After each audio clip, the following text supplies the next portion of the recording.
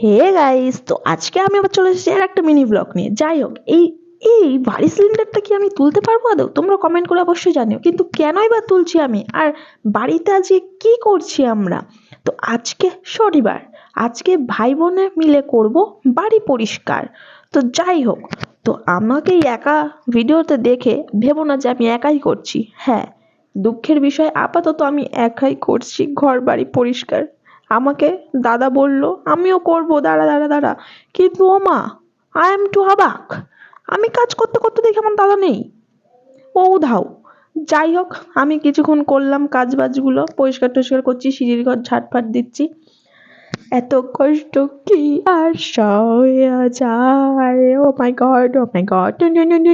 যাই হোক, বেশি ভাট বকে ফেললাম, সামনের দিকে এগিয়ে যাওয়া যাক, প্লিজ সাইড। তো যাই হোক, আমি চলে এলাম ছাদে। তারপর ছাদ থেকে এখন নিচে যাই, দাদা চলে